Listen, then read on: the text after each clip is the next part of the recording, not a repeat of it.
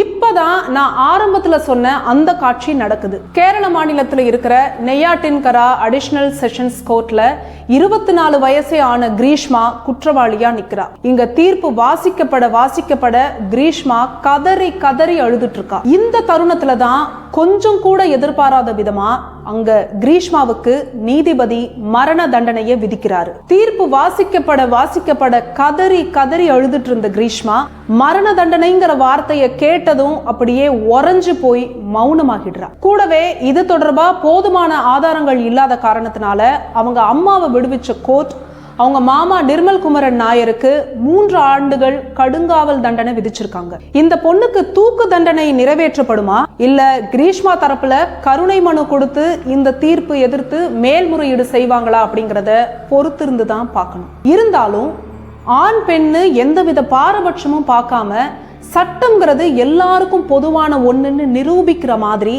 இப்படி ஒரு தீர்ப்பை வழங்கினதை மக்கள் பலரும் பாராட்டிட்டு இருக்காங்க.